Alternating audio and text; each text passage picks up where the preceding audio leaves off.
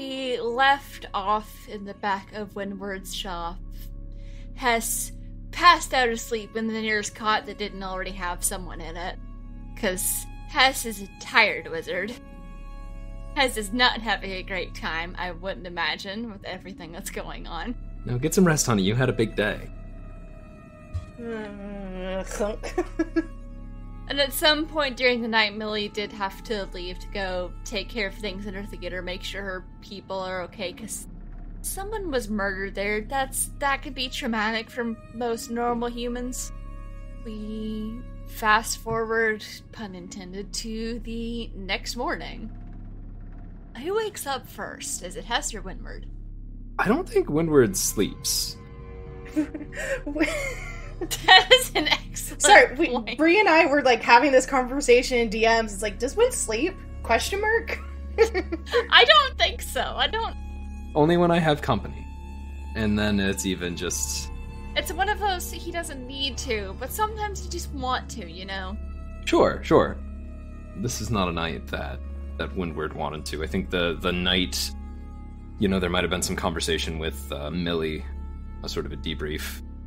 And then Windward kind of went around and checked the locks on the doors and did a little bit of sweeping, made sure everything was arranged. At some point during the night, I think there's a scratching that comes through, and she lets in Laron and Kaiju from their sort of evening out. They look like they had a blast. Oh, absolutely. Always a good time.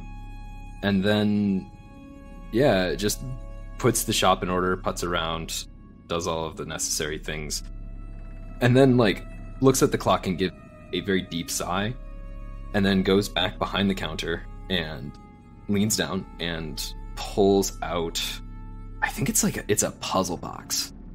Pulls out this fairly large puzzle box and runs through a bunch of different things, moves a peg in a particular pattern, has to actually go back into the stacks to find a stone that's the right shape to fit into a hole. And once they've got all of these locks undone, the box pops open, and inside there's a stack of papers. The front one, the top one, is written in Latin. Kind of in the upper right-hand corner is a big papal seal. And I think if you translated the Latin, it would be something to the effect of final treatise on the location of souls.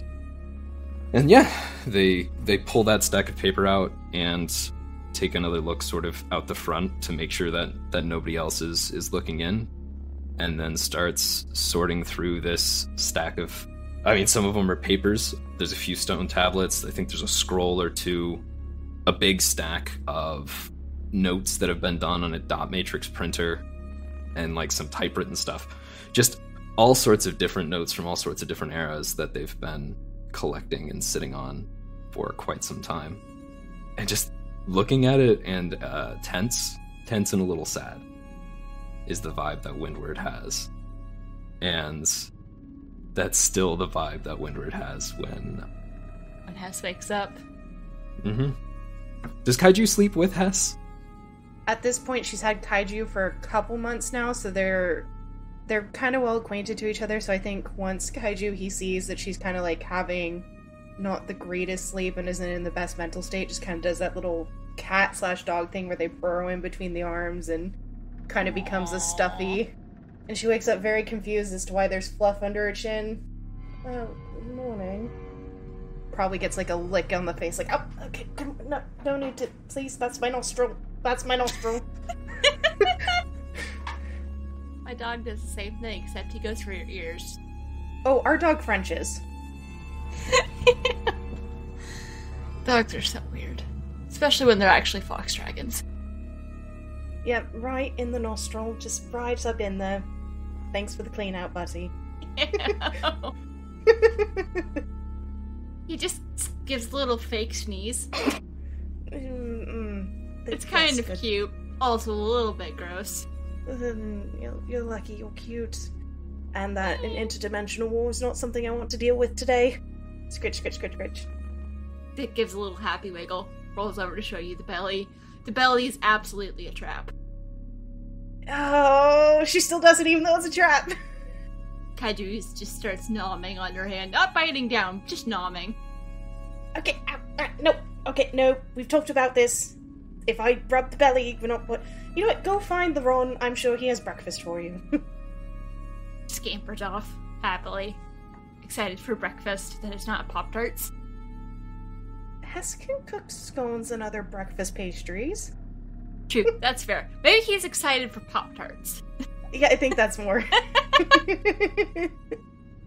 Yeah, but no, she sits up, pulls out her phone, checks any messages from the group, and see if there's anything. Probably realizes she hasn't texted her mother in like a week and quickly sends, "Hi mom, I'm alive, sorry, love you." They'll eventually get her reply back. Good to know, sweetie. How's magic school? Mom doesn't know she dropped out. Crap. So she's been lying this whole time. She's like, it's going great. Just started theoretical elemental summoning. Hopefully her mother buys the bullshit. Question is, does Hess's mom actually know what any of that means? Or is it just like, that sounds good, honey? I think it's that sounds good, because mom doesn't really practice much magic outside of kitchen craft. Fair, so I'll reply along the lines of, I'm proud of you, sweetie. Thanks, mom. Gotta go. Have to catch the study group. Then put her phone back in her pocket. Oh man, just really twisting that knife, aren't you? Yeah. Why do I do this to myself? I'm like, yeah, you do this entirely to yourself. I know. Yeah. Hess works at the lab, right? You've got like a full-ass adult job. Yeah. Okay, alright. Mom doesn't need to know. I mean, I think what mom knows is that she works at the lab. She just doesn't know it's a full-time gig that she dropped out of school. Alright. Sometimes you gotta do what you gotta do when redacted happens. Your almost fiance gets sucked into a wormhole. It's fine. Yeah. Listen, I don't think that any parent would be ashamed that their kids got health benefits. It's probably okay. Yeah. Okay, you're not wrong. Hess does not take these things into account, however. She's gonna be less disappointed that you dropped out and more disappointed that you've been lying to her. Oh, poor girl. I imagine this is an actual conversation, like Windward happened to see the conversation. This is a conversation from like 2 months from now, when this story gets actually shared, presuming that everybody is still alive at that point. But you know, we'll see. We will see. Let me check character sheet. 1 set of plot armor. We're good. Hey! We all have this. See, we've decided that there's a conversation having in the future, which means we have to be there. It's has to do anything special when she wakes up, or? I think she kind of replays yesterday over in her head. It clicks, because it didn't quite click fully yesterday. There was a fucker in my head.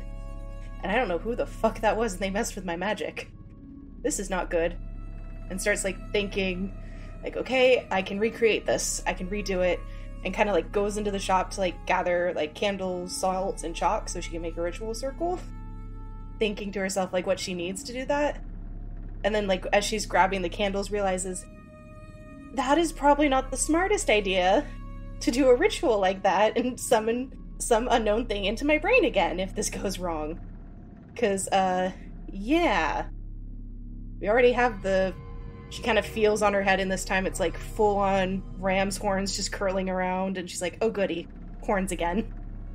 It is a oddly recurring thing that happens, is the horns. Yeah, and she doesn't realize it too, but her hair, instead of blue, is now this, like, neon red. And she's not even paying attention to that. It's not registering, even though some of it's in her eyes. She's got a lot on her mind right now. Like, a lot. Yeah, so I think she just goes to, like, a quiet, bookish area of the shop, sits down, puts her journal open, scribbles a note, puts, like, the little holder on it, and then starts to meditate to, like, try and replay through everything and process it and figure out, here's the list of things we need to talk about. Here's the things that are really bad. Where does this go in the priority of triage? I think eventually Windward had heard you kind of be up and moving around the shop, and they're gonna come back to that area of the shop. They've got like a couple of pastry bags and then 2 cups that are from the Baron of Bagels just down the way. Stopped over to see Octojohn and has gotten you. God, I'm trying to figure where Hess would be, because I am torn between a London fog feels good, but that seems like more of an afternoon thing. I'm feeling like a dirty chai. Dirty chai, probably. Yeah, we're in fall, right? It's getting close to fall. Between summer and fall. I think in that case... So the pumpkin spice season is upon us. Not yet. Yeah, no, Octojohn doesn't actually use pumpkin spice syrup. He's got his own kind of blend that he uses that's a little bit more clove. It's like clove, cinnamon, anise. It's one that he makes himself. Sniffs about pumpkin spice because he's that kind of guy. Exhausting, frankly. But so Windward has a dirty chai with a little bit of the fall spice syrup in it. That will be for you. I think we're bringing it in hot this morning. Yeah, we're bringing it in hot because we're easing into today. So Windward comes and you're sitting in an area, like there's a little reading nook set up with 2 kind of winged back chairs in a corner, a few low bookshelves. They're actually in front of bookshelves that go all the way up to the ceiling. And then, like, into some shadows. Like, you look up there and you're like, that's past the ceiling. But then you don't worry about it. Just don't question Windward's shop. Sure. There's stranger things in the shop. There's stranger things in this city. Mm-hmm. Yeah, stranger things, like there is a... So picture the lamp from Christmas Story, except what if it was a fawn's hoof, you know? So it looks like a goat leg. Still wearing fishnets, obviously, but that's the lamp that's sitting there, is this goat leg wearing fishnet. And that's the lamp on the little end table. French goat leg. Yeah, absolutely. And yeah, so we come back. Windward says, yes, you're up. I stepped out, made a few assumptions. Hopefully that this is a good drink for you. Sets the drink down. I think it takes her a couple minutes because she's like deep in her brain, like mind palacing everything that happens. So it probably takes Windward like a few tries to get her, back to the realm of reality. So yeah, if you want to look at her journal that's open and Yeah, as Windward is setting down things, I think she looks over and takes a glance at the journal. So on the open pages, there's like there's a list of there's a grocery list, and then next to it there's an arrow pointing, and it has both Millie and Windward written, and it's like pastries, ? Cookies, ? Ask Doc Vamp on bake site what is vegan, or not vegan, vampire friendly cookies. Then there's an arrow from Windward that says deconstructed cookie dough, ? Tarts, ? Pastry, ? And then there's another arrow from Millie that says blood bag and puff pastry, ? Because she's trying to figure out what to bake them and doesn't know. And then off to the very side of it, there's like a little note that says mind magic, messing with other people's magic, ? Windward sets down the breakfast sandwiches and grabs your pen, and then it sort of does one of those brackets off of the different sorts of things, and does an arrow and writes, all sound lovely, bake with love, and then WP underneath there. So I think about that point when she hears the pen, she peeks an eye open. Oh, Windward, sorry, I just was trying to. Sorry, I should have. I don't. Did you just wake up? Hi. Good morning. Good morning. Did you sleep well? Did you find? Are you well rested? Your coat's so surprisingly comfortable. Thank you. We do our best to carry only the finest around here. I got some breakfast, a little bit of caffeine, get a little bit of get up and go in the day. Happily takes some sips.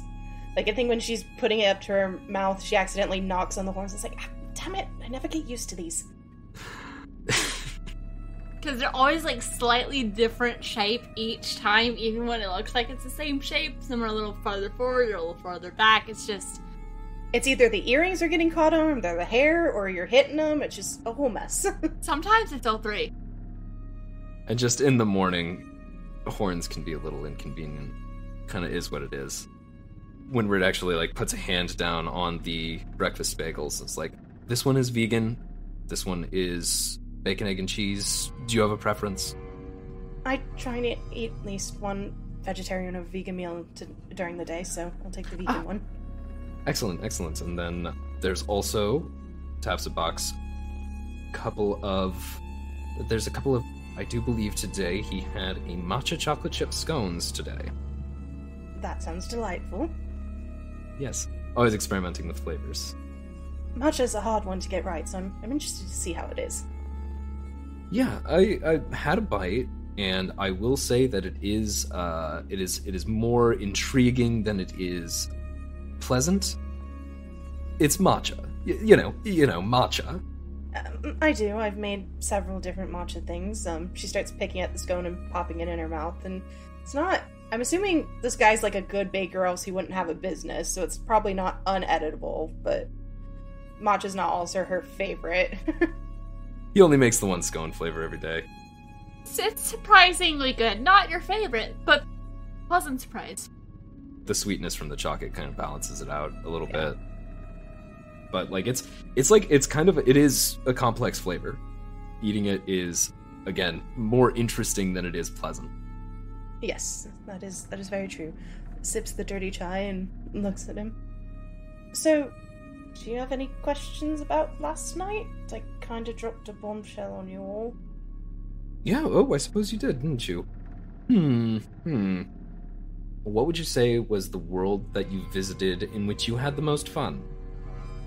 Hang on, and she flips through her journal, and I have to go back in my notes here and remember which world it was. Because there are several that I've seen. Well, you said she's only gone to 3 consecutively, so... There's only like 2 or 3 she's been able to go to, like, consistently, to where she can choose to go there. Others, it's a little more hit or miss if she can actually get where she wants to go. Or if, they're full of poison gas. That was a fun one. That too. I kind of think of it as the more you go to a certain reality, the easier it is to get there. Kind of like when you walk the same path multiple times, and even if it's in the grass, you'll start to kind of wear down a trail. It's like that.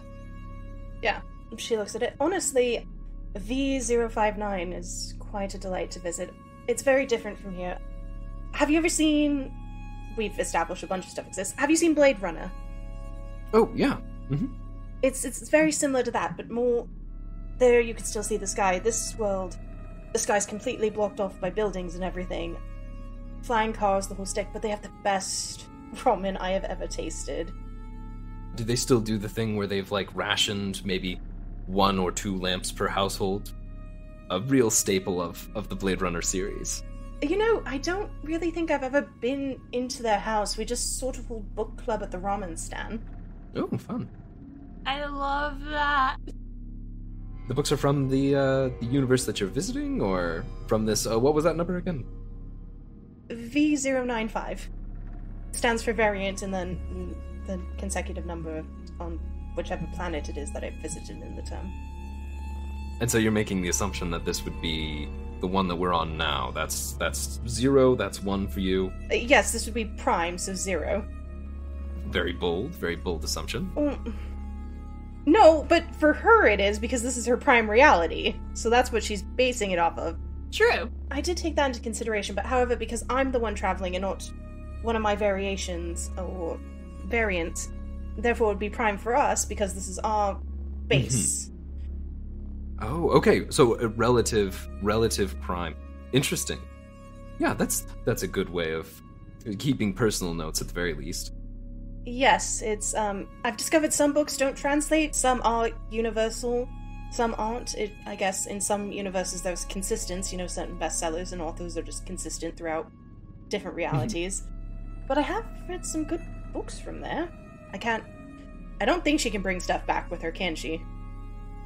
You might have occasionally been able to bring back, something really small. You brought back kaiju, so...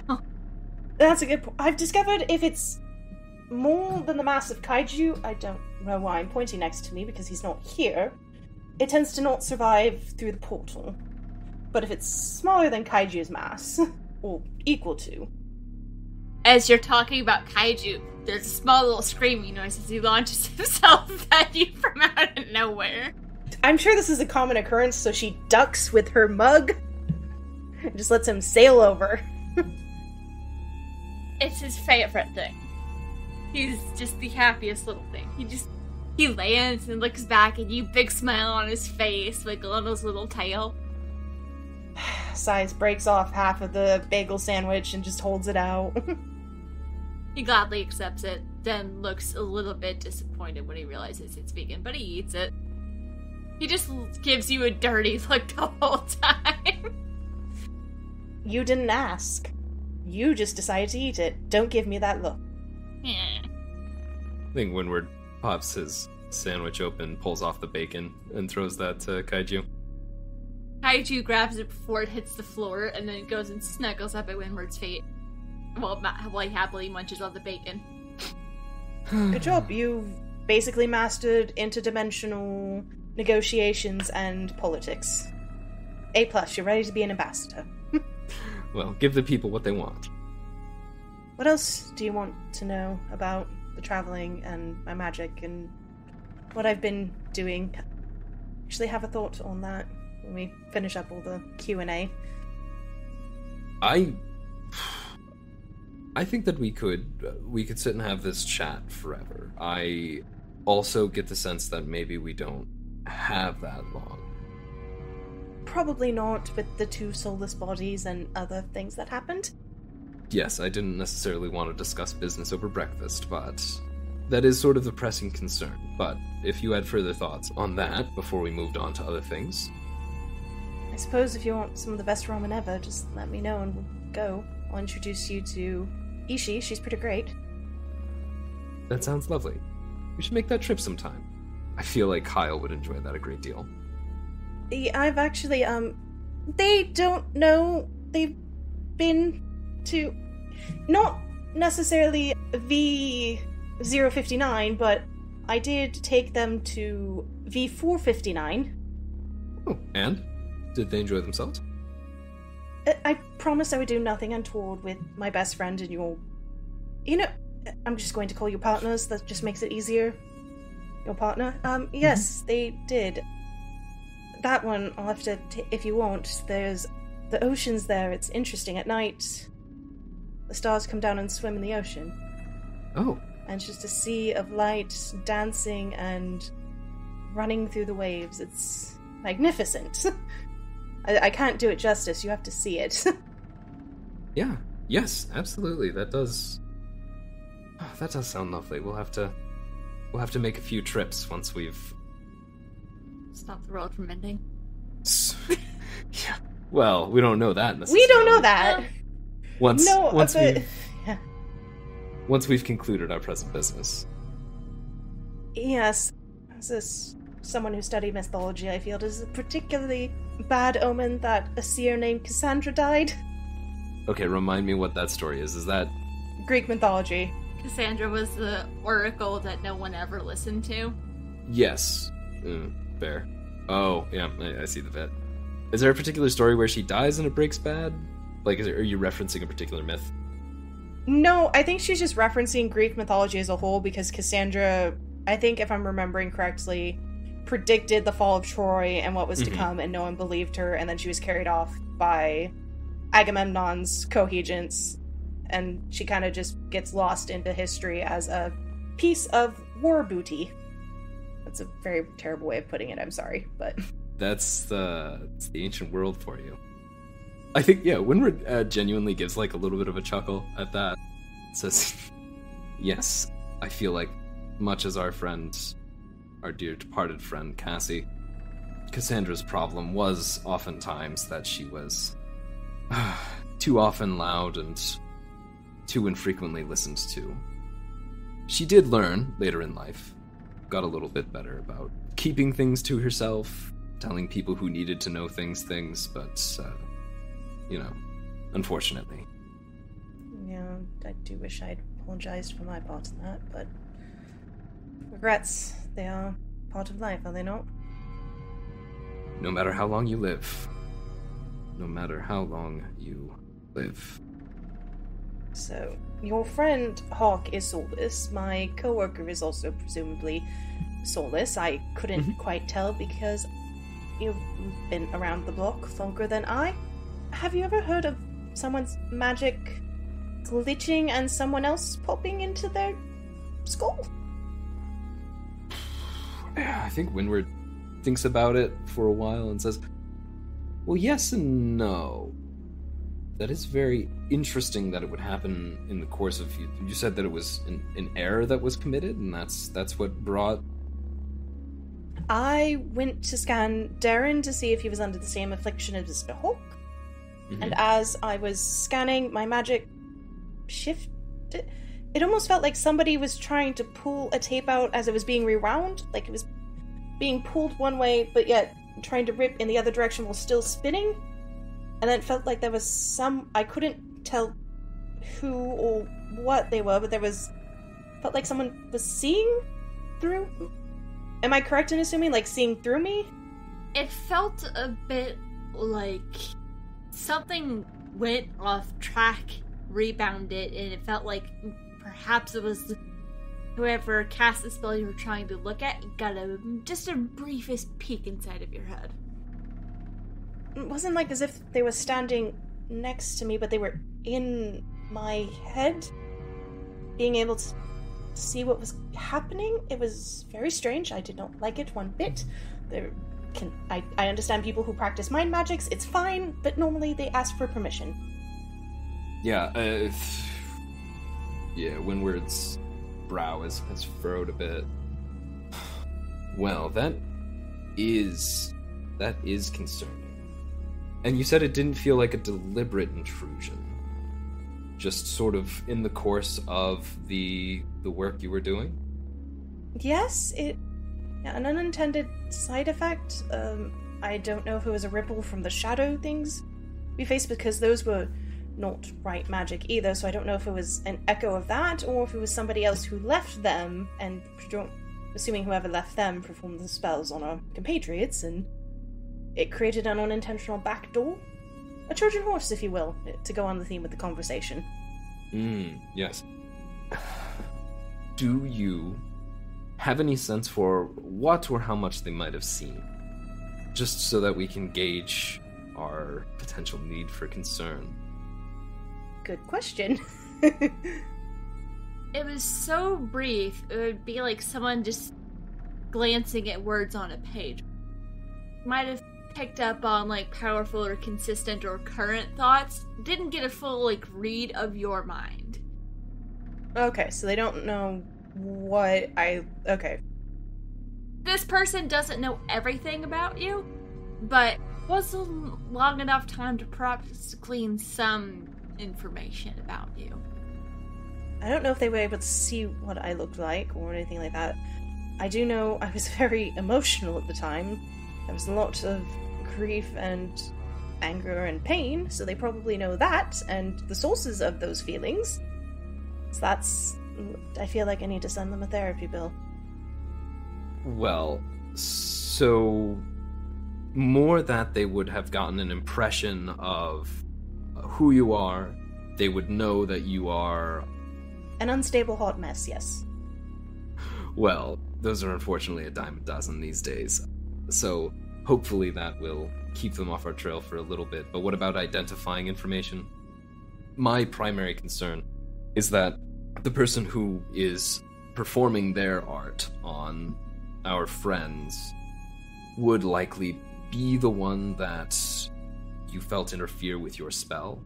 It seems as though within the course of you interacting with the magic, you somehow combined with you somehow broke into the stream of magic that they were working. Something like that. I don't think it was meant to. I think it was hypothetically, I've read of spells causing feedback between other magic users. Sure, yeah. Yeah, sometimes magic just goes a little weird, and the side effects can be odd. Gestures two horns. Yeah, she would relay that, but honestly, it's partners this tends to happen more on, or people who are magically compatible on the same wavelengths. I mean, then again, this magic is different than any that I've encountered in any realm. So, it doesn't operate by our rules, I think, so I should probably stop treating it like it does. A wise decision. Are you sure that once you broke off the connection remained closed, that the door's shut, as it were? Yeah. It was just brief, like the break of a glimpse, and then it was out. Yeah, it was, much like a string snapping. It no longer connected, it was just done. Good news. I don't think they know who you and Millie and the others are. May not even know exactly who you are. Yeah, it could not know who I am, just that there was a mage, or wizard, whatever term you wish to use, messing with their magic in the cabin in the woods, which, hypothetically, well, there's many of us in the city. Tracking us down, I mean, yes, there's certain rituals you can use to scry for a person or track them based on stuff, but most of them, from what I know, you need a piece of the person in some way or something they've owned. I don't think I left any of myself. You brought the gun back. Yes. Your firearm, I cleaned it last night. I've got it underneath the counter up front. And I didn't leave any of my clothes. I don't think I bled when I got knocked down, just a bump. So I think we're good. Unless the bear in the woods wants to talk, and I don't really think they're the talking type. Well, so, some good news and some bad news there. It sounds like somebody is aware of what we did last night, but isn't necessarily aware of who we are. They may or may not have a few leads. And it sounds like we've done the best that we could to cover our tracks. However, that does mean that whoever left our friends in their condition are perhaps a little bit ahead of where they might have been otherwise, which does put us on a little bit of a timer. Who knows what they'll do to the souls once they know you found the bodies. That's a lovely thought. Thanks, Bree. You're welcome. Didn't already have theories that were, freaking me out? No! Right, I do... Time is of the essence. Certainly, I don't know. The problem is we should probably find these gentlemen's souls first? And take care of that problem? Oh, yes. No, that's what I was driving towards. I think perhaps it is... Oh, good. It's perhaps time that we got to work. Yes, good idea. I had briefly entertained the idea of recreating the glitch, but I figured that was not a good idea in the shop. Or at all, I should clarify. You know, don't dismiss that thought. That could be useful down the road. Especially seeing as we have people with a connection. However, it wasn't a two-way connection, was it? It wasn't something where you could see... Or did you have the opportunity to see? I don't... It was just very brief. Someone was in my head, feeling my thoughts and seeing through my eyes, and then they were gone. That could be an excellent opportunity to gather further information, but I think our first steps perhaps ought to be, and Windward, they'd set the box down on the floor next to them, and so Windward pulls up this ornate-looking puzzle box that has all of the latches popped, and opens the top, and pulls out a stack of papers. So, are you ready to see if we can find some souls? You know, it shouldn't surprise me that you have an idea on how to do this. Idea they've been working on for a very long time. Just before we start this adventure, your shop is secure, yes? Of course. Probably more secure than my Sanctum Sanctorum? Different kind of security. Okay. I was thinking I might have a book that should come back to you. Oh. Given my sanctum is literally in my apartment. I think if you found the book, then perhaps you should keep a hold of it. until I find it again. How does that sound? Good plan. It's also hidden behind a bunch of other things, so I don't think anyone wants to go through several stacks of quantum physics, but anyways. Not a place where I would look, to be sure. This is where I wish that I had taken the time to prepare some dumb notes about the thalamus or whatever, this part of the brain that the soul was supposed to be in. There's a gland in the brain that ancient scientists were like, or at one point they were like, yes, we've found it, the place where the soul is. The pineal gland? There are many places people have attributed the soul to being in. I think it's probably a little more complicated than that. I mean, the Egyptians believed it was the heart, some believed it was the brain, some believed it was the tongue. Well, then having your tongue cut out extra sucks for those people. Yeah, I guess we've got a bunch of notes. We've got some direction, I think. Notes on things like what souls are, how to recognize them, theories on how to find or contain or release. Mm-hmm. I'm sure Hess is like, because she does read a bit of Latin. It's not like, full on read a full book, but she can like skim out key phrases if he's letting her look at the papal ones. And yeah, you have full access to these notes. I think that Windward starts in with like, so this is, to the best of my knowledge, all of the actual reliable information that has been compiled on the translocation of souls. Now, a lot of things did get a little clarified and a little fuzzy with Descartes and a few of his contemporaries working through a few of their own theories, but as is always the case when you're dealing with the Catholic Church, you have to sort of take the good with the bad. So I think the closest anyone ever seems to have gotten to a working model, at least in the Western world, pulls out a sheet, was actually this model from kind of the mid to late 16th century. It was, in fact, developed by the Catholic Church using many different theories. Magic was a little messy back then, especially when you got into certain kinds of inner circles, things that had been stolen. The Renaissance was a mess. Just across the board from top to bottom, the Dark Ages, rather gloomy, had the benefit of people being relatively sedate. You get to the Renaissance and all bets were off. A number of things starts flipping through. It's like, these were stolen during the Fifth Crusade. These are interesting. Pulls out a sheet and it's a bunch of Chinese script. These are copies of documents from ancient China.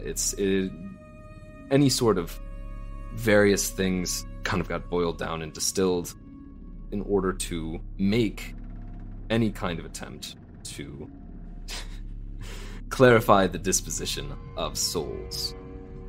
Yes, I can see that. It's a complicated subject, and then add in, she kind of gestures with a hand to indicate her own magic. The idea of multiple yous, is that the same soul just pulled in different directions, or is it a new soul in each one? Anyways, that we could talk about all day. Yeah, yes, and I didn't even think about that. Sorry, storyteller. Imagine that the people performing this magic find themselves to be incredibly righteous, and then all of a sudden have proof positive that they're not. Very fortunate that most of this was not burned. Very fortunate indeed. Yes, caused quite the little kerfluffle.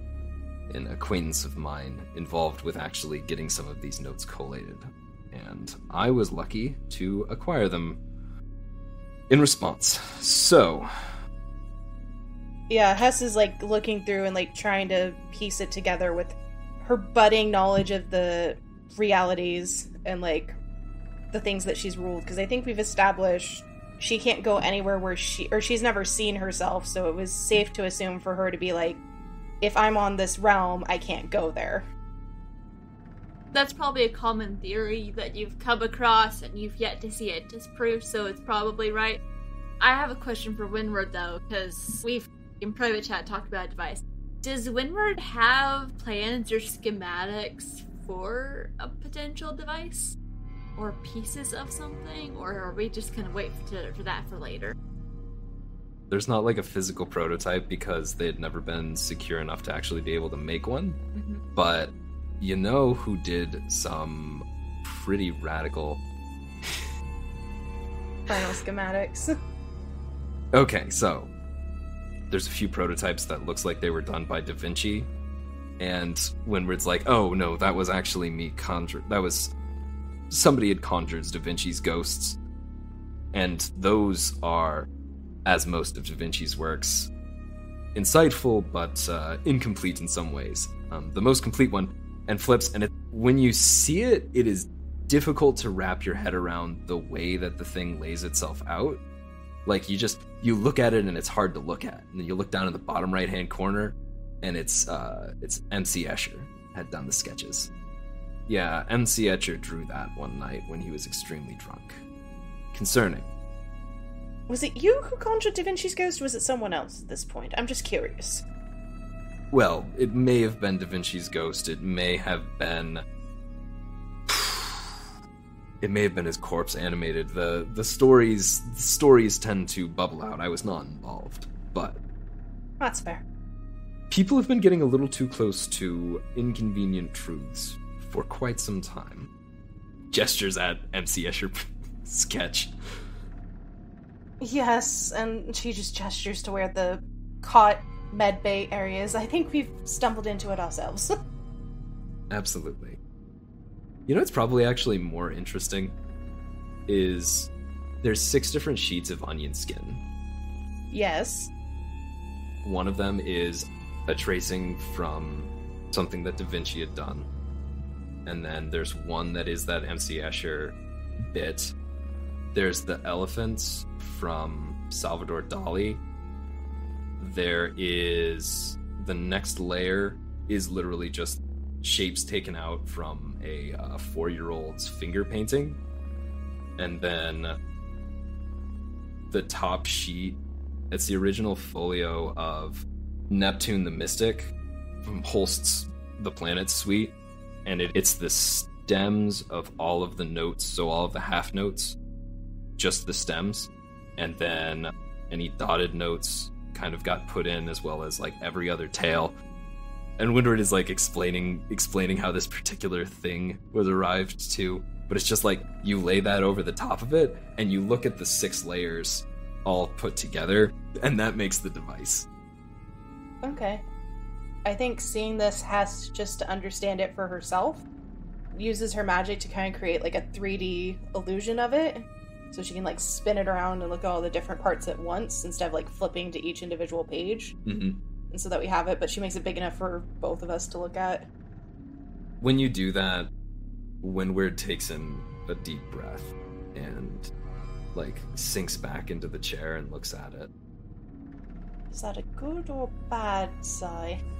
You can roll to see. So we can have a dice get rolled. Leave a D figure someone out. 10. Alright. Oh boy. Thank you, Maria, for the very good dice. Yeah, on a hit, ask 2. So there's who's pulling your character's strings, what's your character's beef with blank, what's your character hoping to get from blank. That could be a good one. What does your character worry is going to happen? How could I get your character to blank, or how could I put your character in my debt? So, okay.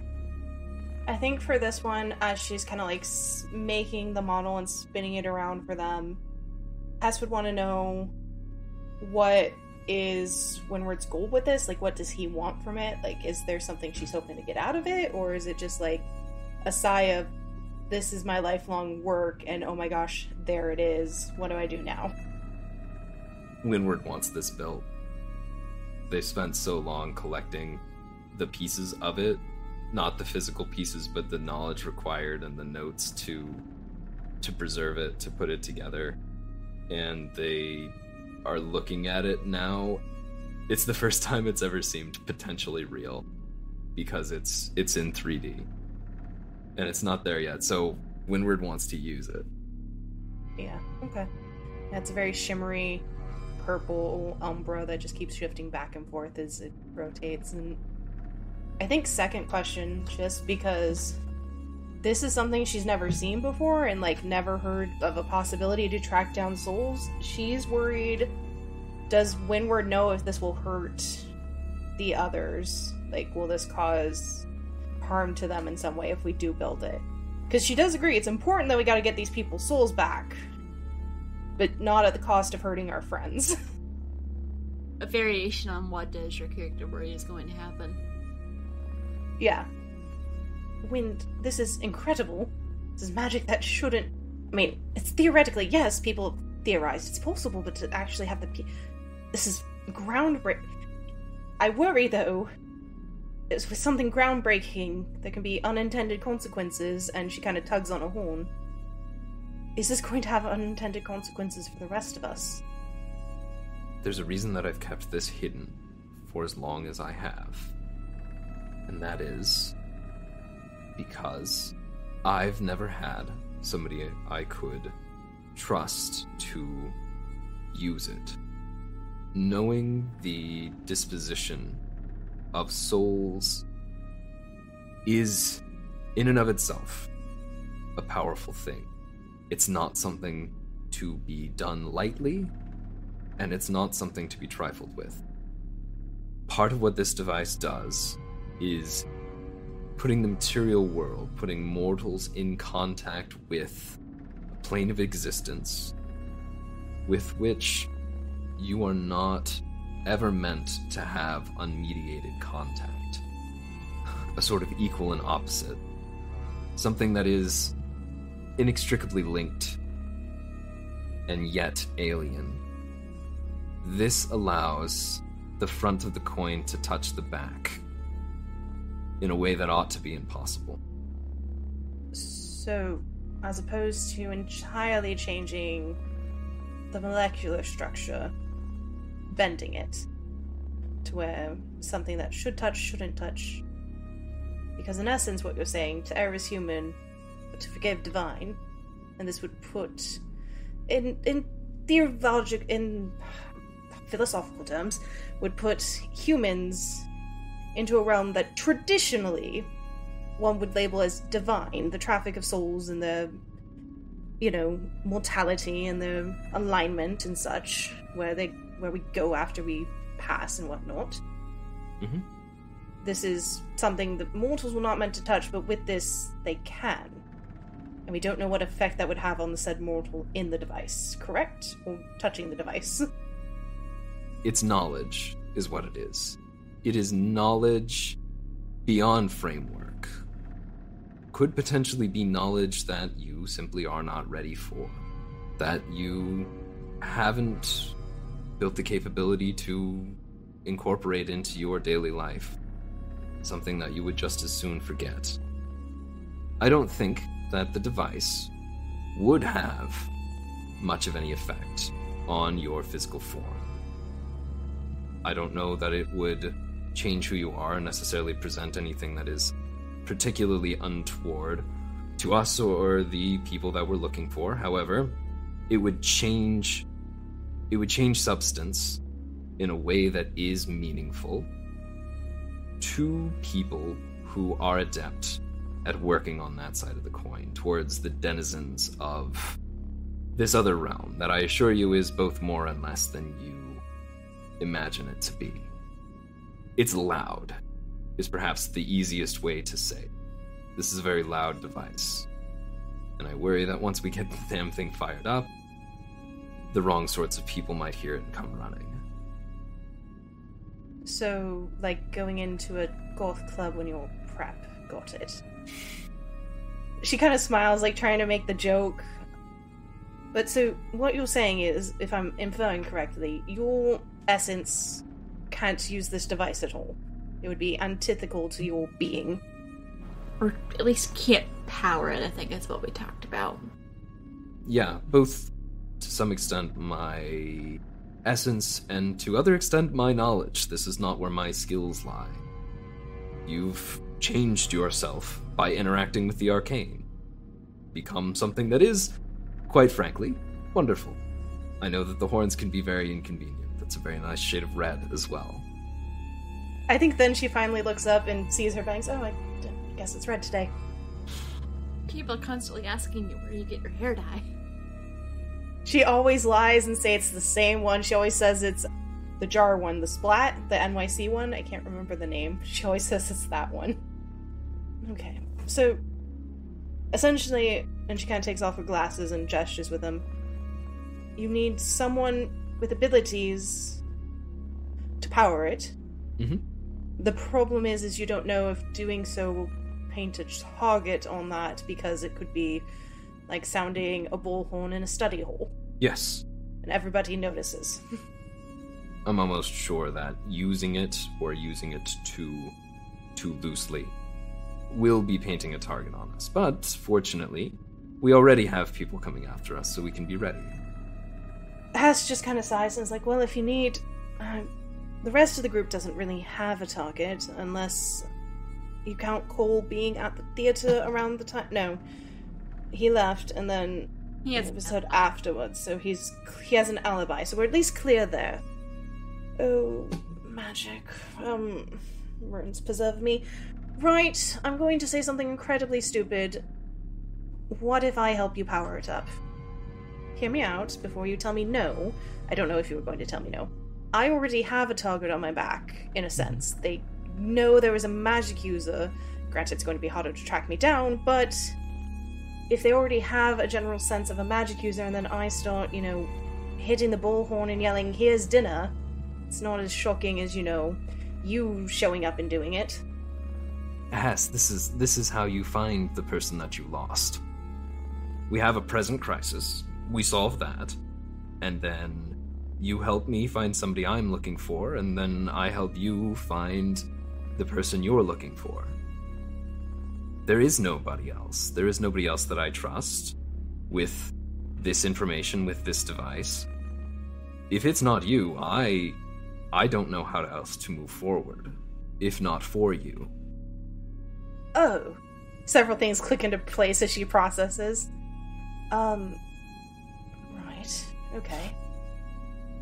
Do you think I was sharing a lifetime of secret work just for my health? It has been a very long day and a half, in my defense. It's been a very long past, 12 hours. Okay, it's been a very long 12 hours in my defense. Okay. Checks behind her just to see Laurent's not there, ready to take her out if she said no. Just on, That's up to you, Zed, if Laurent's as she gets up. Oh, no, Laurent's over munching hay in his litter box. Okay, good. The rabbit is not going to kill me. That's good. I do love the rabbit, though. I just know he is a very dangerous rabbit if provoked. But, oh god. I'm mucking this up. Hang on. And she comes over and she, crouches down, because you're obviously sitting in the chair, and so she places a hand on their knee and is like, you promise to help me find the person I wanted to spend the rest of my life with. I feel it'd be rude if I didn't try and help you find your person either. Okay. Well then, thank you. And I suppose it's time we got to work. Why am I not surprised you have everything here to make it? I don't know that I do. We'll see, because the camera zooms out as the both of you start working on how to make this thing and how to make it work. And we'll see how that goes later. Tempest Multi is a production of Pseudonym Social, changing reality one story at a time. It is an actual play podcast using Urban Shadow's 2E Quick Start Guide, and it's set once again in the town of Oak Ridge, Tennessee. I am your keeper and producer. My name is Zadkiel, or just Zad. In this game, I am going to be playing Windward Pudge, and they are using the Imp playbook. Sup, y'all? I'm Fennec Foxfire. I will be playing Hess, playing from the Book of the Wizard. To get more information on this or any of our other shows, check out our website at pseudonymsocial.com.